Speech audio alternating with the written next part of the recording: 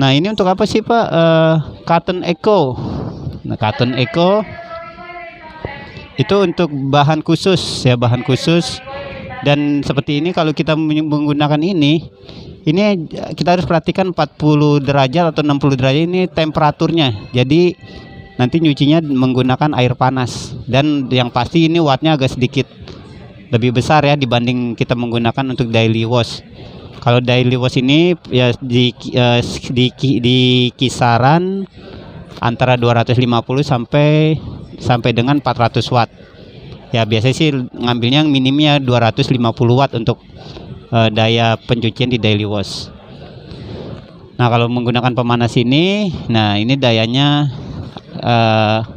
tergantung temperaturnya juga, yang pasti lebih besar dari daily wash. Nah, Cotton, nah di sini kan ada Cotton nih. Ini Cotton tanpa pemanas ya. Di sini kan jalurnya nih. Nah, ini kalau kita mau mencuci dengan bahan khusus cotton yang lebih halus, kita bisa setting menggunakan program Cotton. Dan harus diperhatikan juga untuk program Cotton ini pencuciannya agak sedikit lebih lama ya, karena agak memakan waktu, kisaran itu antara 30 sampai 90 menit ya, kisaran sekitar segitu ya. Nah, sintetik sama seperti itu. Ini tanpa pemanas. Kalau kita menggunakan sintetik dengan panas 40 derajat, bisa kita setting arahkan ke yang 40 derajat. Nah, pasti wattnya juga lebih besar ya kalau untuk pemanasnya kita aktifkan. Di sini ada N-in 3 hour. Nah, ini maksudnya mencuci setelah 3 jam, atau bisa dibilang ini cuci tunda ya. Cuci tunda, nanti 3 jam kemudian kita baru proses pencucian. Nah, ini juga N-in 6 jam atau N-in 9 jam. Delicate, nah ini untuk bahan yang lembut seperti selimut. Kalau menggunakan pemanas juga bisa delicate 30 derajat. Nah, pasti wattnya juga agak sedikit lebih besar ya, karena pemanasnya aktif seperti itu. Ya, baik ya, selanjutnya di rinse and spin. Nah, rinse and spin ini rekomendasi nih untuk hypermat atau bapak atau ibu yang mau mencuci manual. Jadi nyucinya di luar nih, pas ngebilas atau ngeringinnya di mesin cuci. Nah, pakainya menu ini ya, menu rinse and spin, ngebilas dan mengeringkan saja. Ini rekomendasi untuk yang mencuci manual.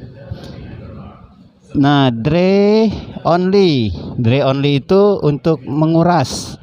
Jadi menguras atau mengeringkan air yang ada di dalam tabung mesin cuci.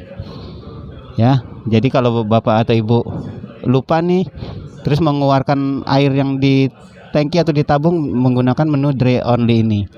Dry only dan start. Ya.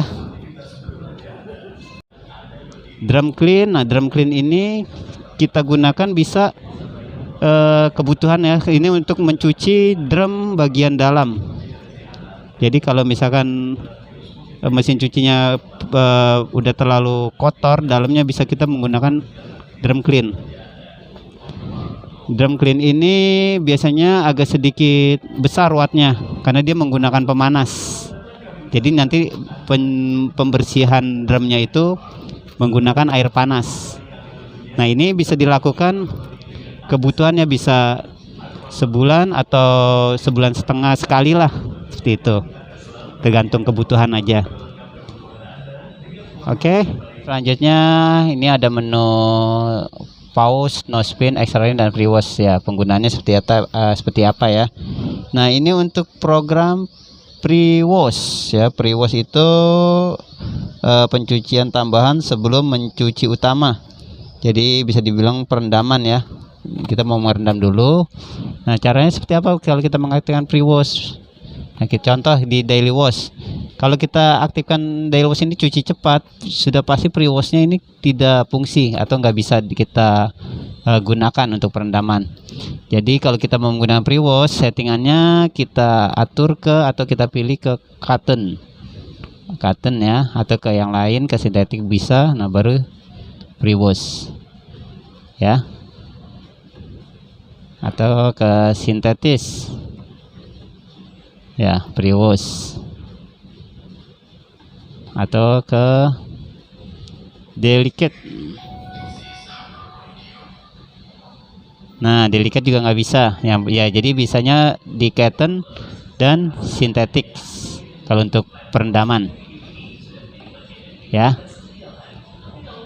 Dan extra rinse nih ya, extra rinse itu pakaian cucian akan melalui pengeringan sekali setelah Anda memilihnya.